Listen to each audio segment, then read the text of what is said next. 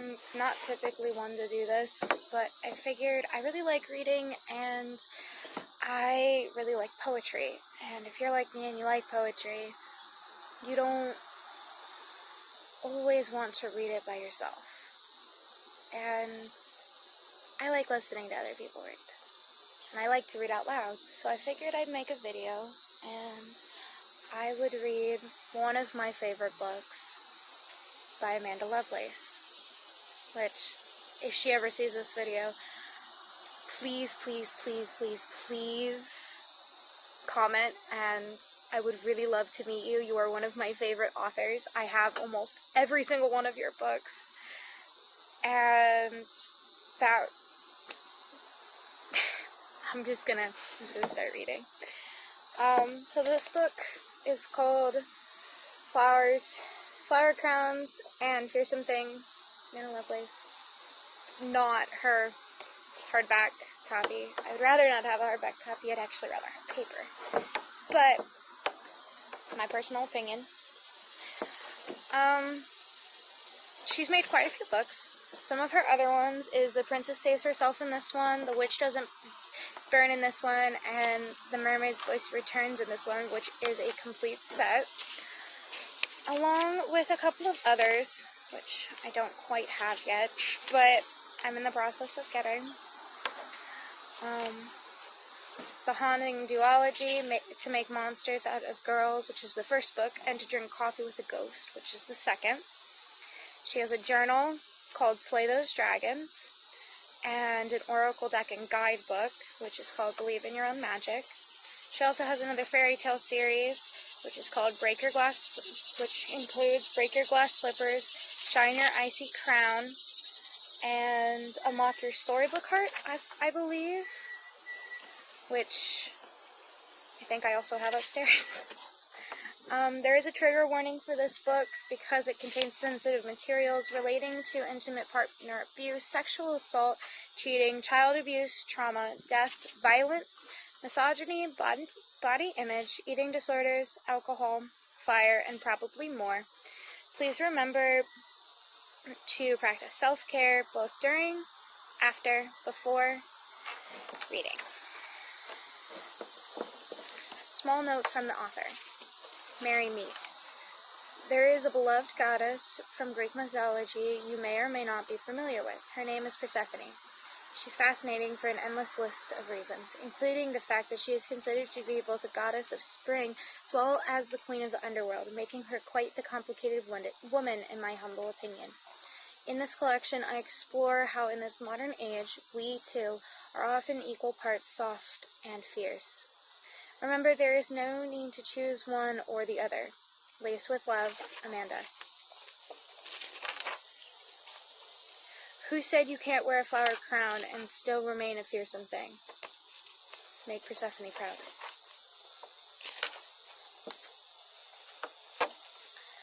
She cries just as much when she's completely happy as she does when she's utterly devastated. She likes to think it's enough to water wildflower meadows. They may call her pathetic, they may call her dramatic, they may call her a baby, but she thinks it's a blessing to feel everything so much. The goddess of spring. Also, in this book, every other page is detailed and looks like it's a watercolor painting, which I think is also really cool. She has always sparked more fear than lust in the hearts of men. She doesn't need their chocolate, she doesn't need their diamonds, and she doesn't need their money. All those things she can give to herself. When he sent her roses, she burned them all, and then planted her own, and they were far more lovely for it. And they were all more lovely for it. The queen of the underworld. In this picture, she's the roses. Never once has she felt as if she's interesting enough to be the daring heroine in her own story. And she's oddly okay with that. She likes being nobody. She is not strong because she wields a sword. She's strong because she's strong and she wields a sword. get it right. She never needed a weapon to be powerful. To everyone who has had a bad day and tries to make it out on me, to take it out on me, I send you love and light. I pray your bitterness is replaced with sweetness. I pray that your next day is a much kinder one. I pray you go easy on yourself and those around you, because that's what everyone deserves.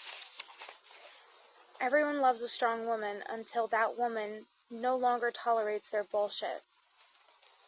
The age-old proverb. I forgive everyone who has ever hurt me, whether by chance or on purpose. They all ask me in awe, how do you do it? And here's what I say. What's more painful, holding petals or holding prickles? The rose. Contrary to popular belief, I have no interest in vengeance. The thing about karma is that she is a bitch, and she's a bitch that can always be counted on. So I leave everything in her all too eager hands. The threefold law. Well, goodbye, little dragonfly. Every time she thinks she's finally found the real thing, her epic, once-in-a-lifetime love, they make it clear that they only ever wanted one thing, a stroke to their ego. Will I ever be enough for someone? Treat her with decency, even when she doesn't share your blood, even when she calls you out, even when you don't see her as one of the guys, even when she turns down your advances, even when you aren't attracted to her. Could the bar get any lower? Oh, look, the sun came out. That's not exactly great for crime equality, but that's okay. It's still beautiful regardless. If every girl is Queen Anne's lace, then I'm poison hemlock. At first glance, we look exactly the same, until someone gets too close and they realize I'm not worth the trouble. Being friends with girls isn't too much drama. But you know what is? Constantly trying to burn your sisters at the fucking stake out of the pettiness and resentment, when you could just support them instead. Commit to putting out more fires than you start. She always says sorry or excuse me before inserting herself into a conversation, and she wonders who taught her to do that, because she's begun to notice that he never so much as thinks twice before speaking his mind. What's it like to be so bold? I refuse to be ashamed of taking up my rightful space. I refuse to apologize for daring to have an opinion. It's a pleasure to disappoint you. When someone she loves is sad, she stops at nothing to make sure they feel better. If she could, she would magic a double rainbow into the sky just to see a small smile on their face, even though she can't think of a single soul in her life who would do the same for her. Being the dependable friend is difficult sometimes. She's not waiting for you to call her back. She's not waiting for you to text her back. She's not waiting for you to have her back. She's doing fine on her own. From the tallest tree, a sparrow dropped. His neck cracked on the solid ground. The girl cupped him with her small, soft hands, and began to weep, saying to no one how tragic it is for someone to die when they had so many more places to fly. Will I get to do all of the things that I want to do? When she thinks of her demise, she smiles, for she knows that she's only going to grow more formidable with each life she lives. Just wait.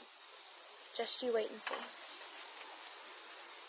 One day, years from now, when the world stops ending, the first thing I will do is come within 6 feet of you. I will hold your face, and I will no longer be afraid. We're going to make it, you and I. When I wear a mask, not only am I protecting the lives of myself and others, but nobody tells me to smile, to look less intimidating, or prettier for them. Better yet, nobody can see me mouthing, "Go to hell," with my perfect lipsticked mouth, at last.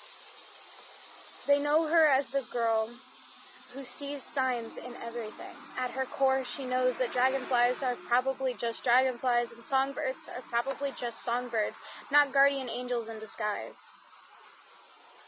Not departed loved ones delivering messages of comfort and reassurance.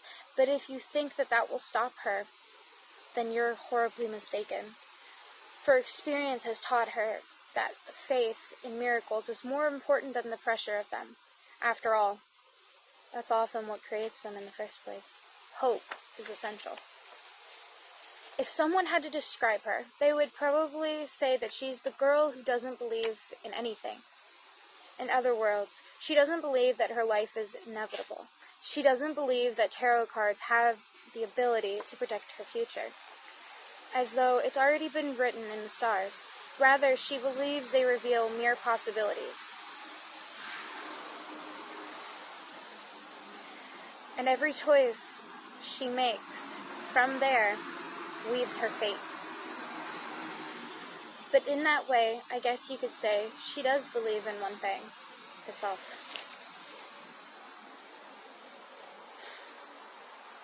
She would love nothing more than to leave a heart-shaped tattoo on a world filled with so much hatred, to honor each and every woman who came before her. She can't help feeling like she's letting them all down.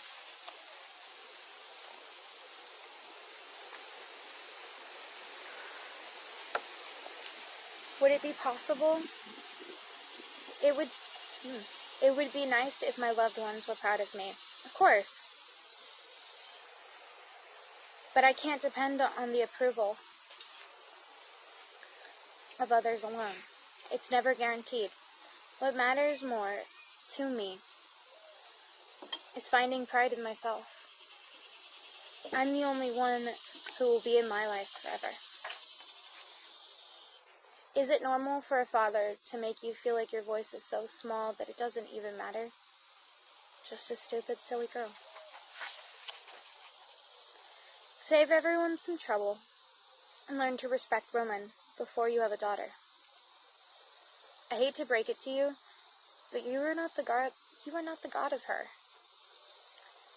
She is not yours to cage, and she is not yours to control.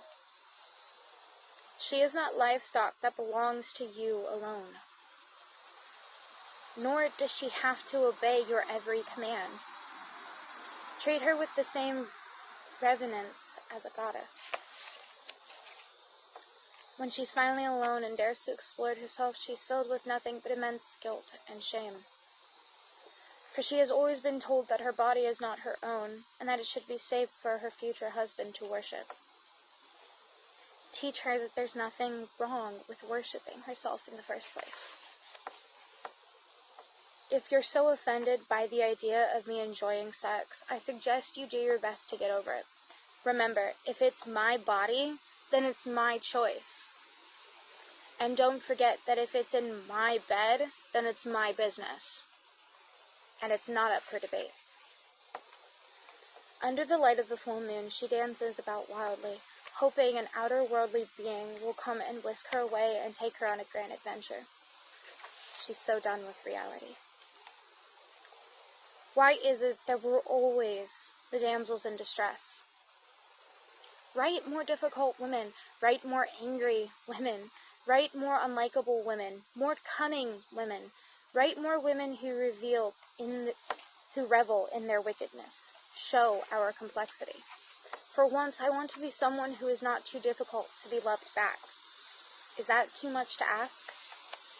Never again will I be the one who gets down on her two bruised knees, like she's getting ready to pray, and only beg him to stay. If you don't want me, it's your loss. The boy is tall and pretty and sad. Needless to say, he stole her heart right out of her chest. I think I finally understand why men love dogs so much. They're unquestionably loyal, and they're easy to command.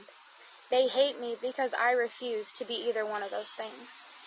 I will never roll over for anyone. Tell me who your dream girl is. Give me a list of Forrest Long and I'll be her. I'll be anyone you want me to be. I don't mind. I am the water, I am the wine. I am the very magic that turns one into the other. Meanwhile, he isn't shit. Why would I bother with someone who simply cannot compare? It's called having standards. Would it be a lie? Sorry. Messages. That was my eyeball. Would it be a lie if I said I didn't wear this skirt with the hope that you would put your hand on my leg while you drive? You are my favorite possibility. This lipstick, I wear it for me. These lashes, I wear them for me. This eyeshadow, I wear it for me. These heels, I wear them for me. This skin-tight outfit, I wear it for me. You were never even considered. He's all cloaks and daggers, he's all smoke and mirrors. Like a novel with chapters that always ends on a cliffhanger. I never know what he's going to do next, and I'm nothing short of obsessed. I can't stop turning his pages. She's equal parts glitter and hellfire. Once unleashed, you won't be able to contain her. He's never wanted someone so much. He's so misunderstood, and she's so committed to being the first one to understand him. Leather jackets and late-night conversations. Don't you think it's funny how bad boys are always deemed swoon-worthy, while bad girls are usually perceived as a threat to society? Don't tell me sexism isn't real. You will think I'm lovely if there's a gap between... Will you still think I'm lovely if there's a gap between my legs? Every girl has had to wonder. I refuse to starve myself to meet your ridiculous qualifications for beauty. I deal with enough just... Sorry, there's a bug on me. Sorry, tiny ant. My apologies. I deal with enough just for dating to exist. I deserve warmth, I deserve happiness, and I deserve freedom. I deserve to wear a bathing suit without worrying who will be offended by my roles. It's not worth my energy anymore. You don't have to do very much to make me happy.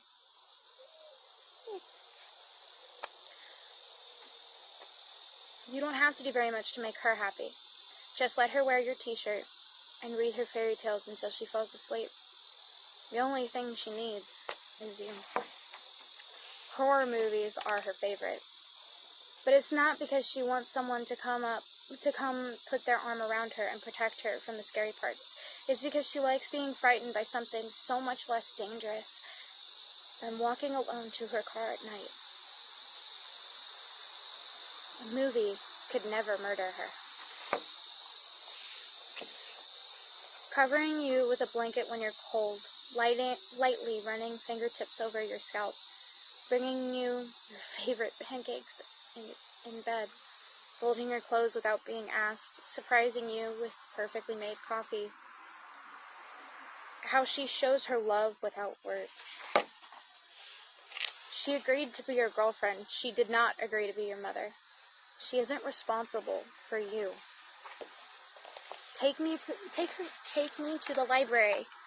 Let's find a dark corner in front of the stacks where they keep myths about lovers who could never measure up to us. Bite my neck. Show everyone I'm yours. Mark. Don't make the mistake of thinking you are the king of me. You will never own me. If we're to rule this castle together, then you will be beside me, never in front of me. Sometimes she feels like he wants to be the only important person in her life. His boyish charm transforms into silent anger whenever she gives her time to someone other than him. So, when someone calls, she presses ignore. So many times, as many times as it takes. And when someone knocks, she hides in the dark until they finally leave. It's a lonely life, but she doesn't want to fight anymore. If they have an unhealthy fixation on honesty and loyalty, then they're probably hiding something from you. And they just want to make sure that you're not committing the same crimes that they are. That's what we refer to as a guilty conscience. I see your wandering eye. I see your hypocrisy. I see the way you look away from me to look at her. Like she's an otherworldly phenomenon, a nymph you cannot resist. It makes me want to wither where I stand, and my mother taught me to be an annual, not a perennial. Once I leave, I won't be coming back. I'm deleting you from my life, the same way you deleted almost all of her texts. The difference is, I won't be as sloppy about it. I have a history of staying in places long after I've outgrown them. You see, I was always told to stay as small as possible, even if it was uncomfortable, even if it hurts. From this day forward, I vow to let myself bloom freely, even if others see me as an annoyance, even if they see me as a weed. Wild violet. Here's what I'm manifesting. Eventually, when he feels the urge to check up on me, to make sure I'm still grieving that so tragic loss of him, he will find only celebration for the life that I took back. Happiness is the revenge, after all. When he placed his seeds on her tongue, she felt like she had to say yes, because she was terrified of what would happen if she said no. Pomegranate. But she was wearing a short skirt. It doesn't matter.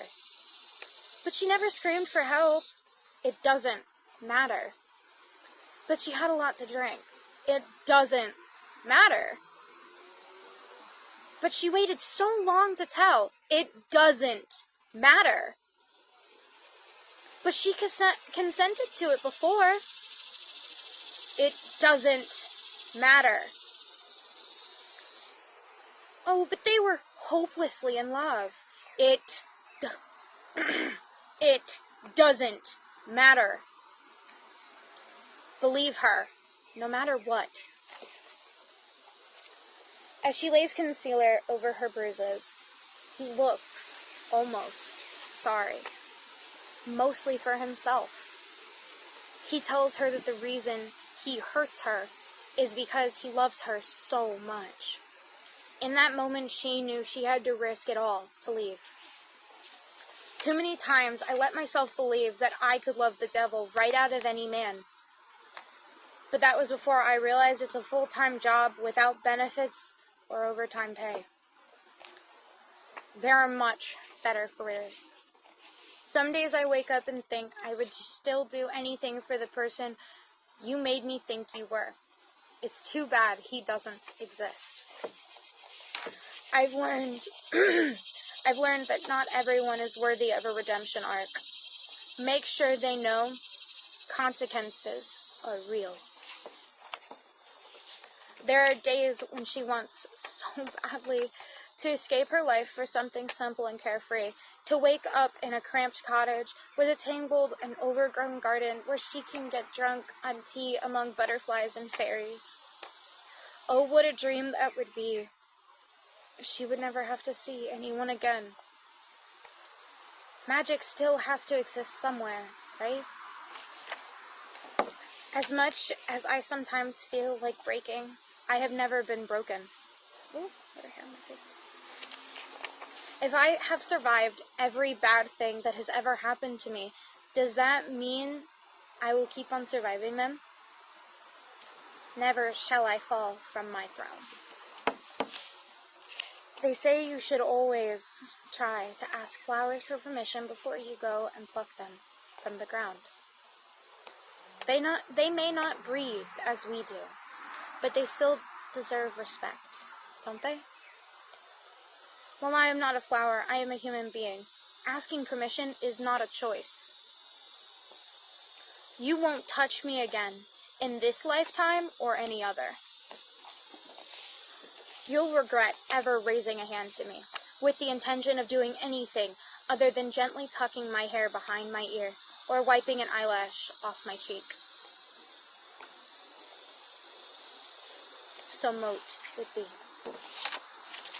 If being in love with you was as cold and hopeless as eternal winter, then learning to love myself was as warm and relieving as stepping out into a spring day after a year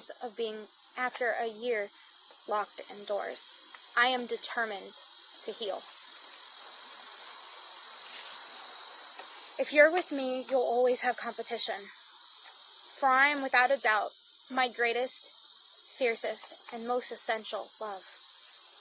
In conclusion, I will always come first, hopelessly devoted to myself.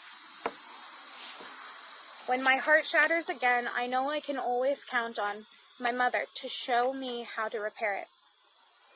Bless her wisdom, bless her selflessness, bless her compassion, and bless her gentleness. Bless her everything. May I grow to be even half the woman she is. She's the blueprint. Bless my mother's anger. If I know anyone should ever try to inflict pain upon me, she'll bring the whole earth to its knees just to get justice for it. I wouldn't mess with her wrath.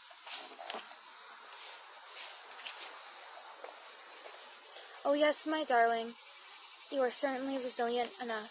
You have no idea how many people you inspire just by having the courage to face another morning.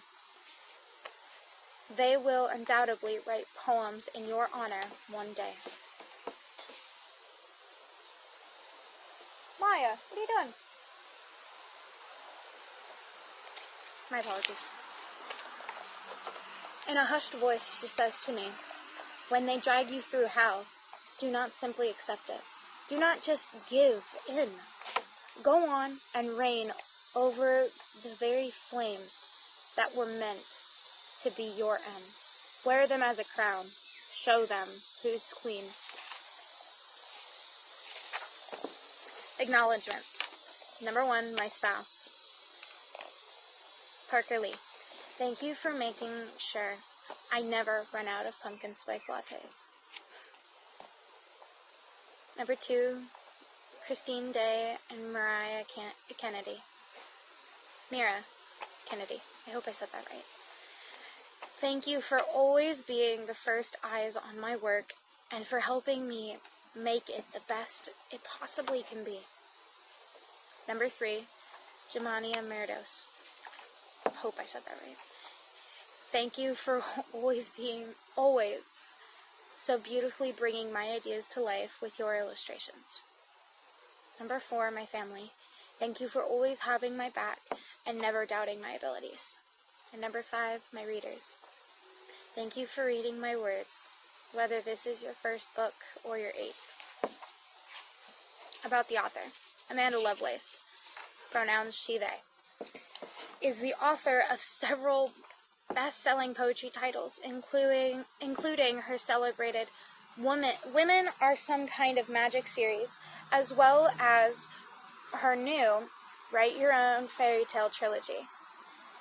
She is also the co-creator of Believe in Your Own Magic Oracle deck.